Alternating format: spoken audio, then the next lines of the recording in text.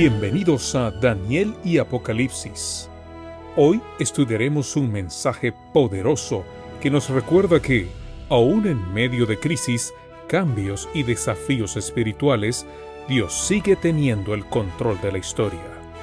Estos libros proféticos no solo hablan del futuro, también hablan del presente, de la lucha entre la verdad y el error, de la fidelidad en tiempos difíciles y de la esperanza que encontramos en Cristo Jesús. Abramos nuestro corazón para escuchar la voz de Dios y permitir que su palabra fortalezca nuestra fe. Bienvenidos.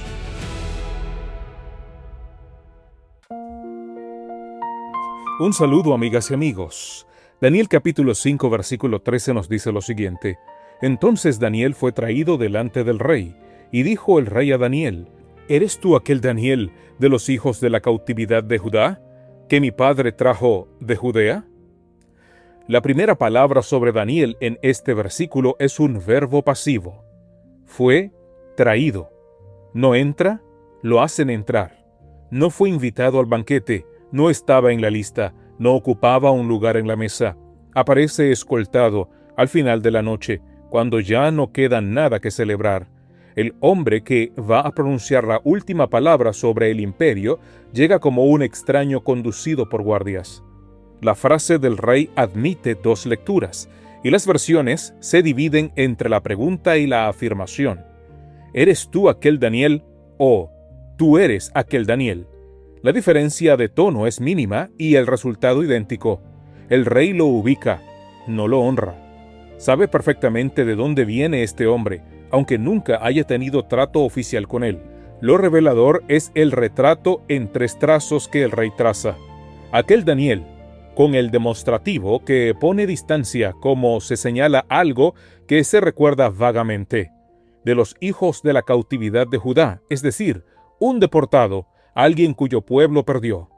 Que mi padre trajo de Judea, o sea, botín de guerra, mercancía de una campaña militar antigua.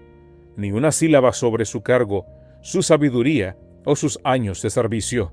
La reina había dicho: hay un varón. El rey dice: un cautivo. Y sin embargo, en este mismo retrato hay una grieta luminosa. El verbo que enmarca todo el versículo es el mismo por los dos extremos. Daniel es traído esta noche como fue traído aquella vez desde Judá. Babilonia lo trajo una vez para humillarlo y lo trae otra vez para necesitarlo. Los imperios llevan y traen a los siervos de Dios creyendo que disponen de ellos y solo están cumpliendo un itinerario que no diseñaron. Hay además un detalle que el salón pasó por alto.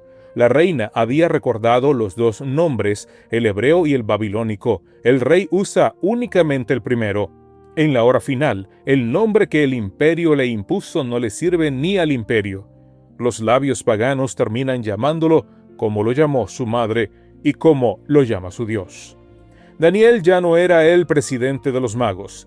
Con la muerte de Nabucodonosor, la política que él representaba, reconocer al Dios verdadero y cooperar con su voluntad, cayó en desgracia en la corte, y el profeta fue retirado del servicio público. Belsasar y sus predecesores conocían perfectamente lo que Dios había hecho con el gran rey, no lo ignoraban. Lo habían rechazado deliberadamente y con esta política rechazaron también al hombre que la encarnaba. Que años más tarde Daniel volviera a ocupar responsabilidades bajo el imperio siguiente demuestra que su retiro no se debió ni a la enfermedad ni a la edad. Fue una decisión política, lo apartaron porque estorbaba. Esta escena repite, en clave más sombría, algo que ya ocurrió en esta misma sala del imperio. Hombres de la cautividad de pie ante el trono, que los desprecia y que, sin embargo, depende de ellos. Antes fueron 3 jóvenes delante de una estatua, ahora es un anciano delante de una pared escrita. Cambian los reyes y cambian las circunstancias, pero el guión de Dios es el mismo. Su testimonio no se da desde el poder, se da desde la comparecencia. De ahí que el Señor advierta a sus discípulos que serían llevados ante gobernadores y reyes por causa de su nombre, y que no se preocuparan por lo que habrían de decir, porque en aquella hora les sería dado. Y de ahí que el último libro de la Biblia muestre a un remanente que testifica delante de un poder mundial que ya lo ha declarado prescindible.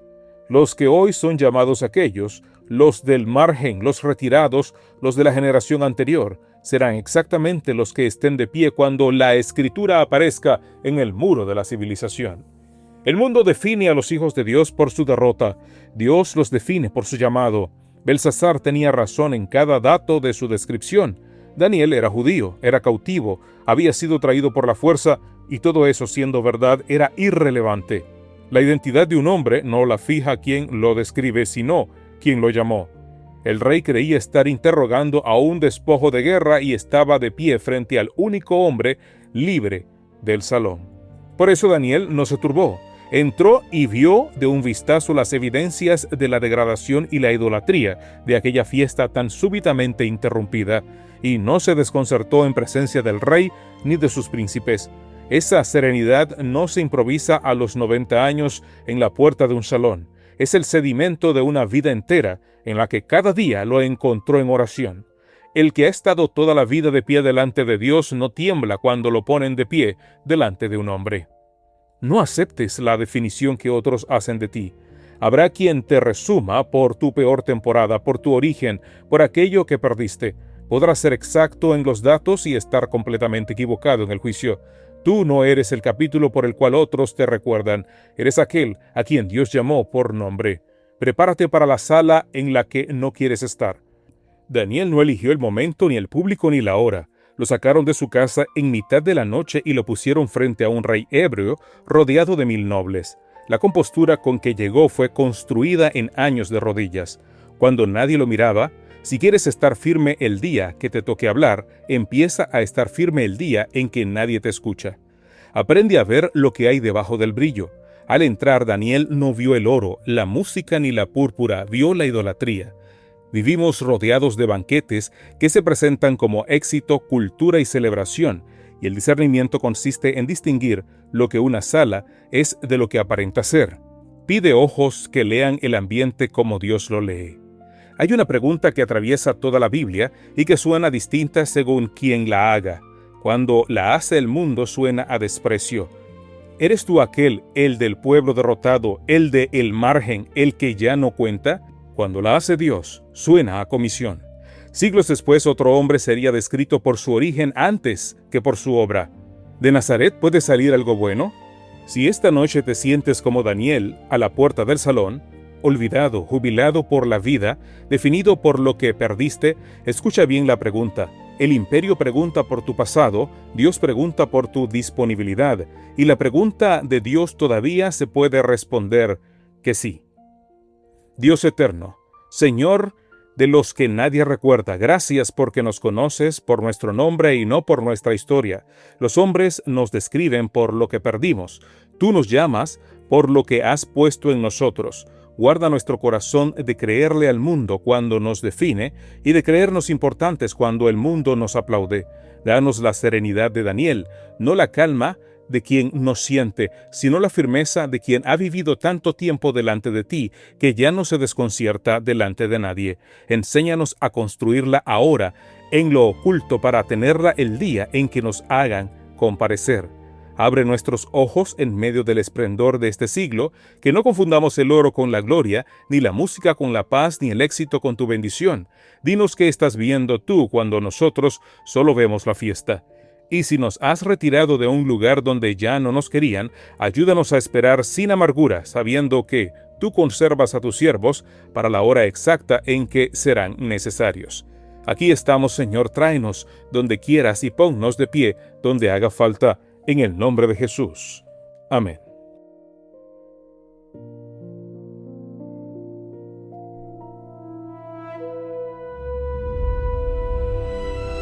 Gracias por acompañarnos en este estudio de Daniel y Apocalipsis.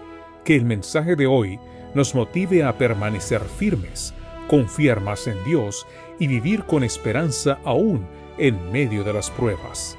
Recordemos que los reinos de este mundo pasarán, pero el reino de Dios permanecerá para siempre. Hasta nuestro próximo encuentro, que el Señor bendiga tu vida y fortalezca tu caminar espiritual.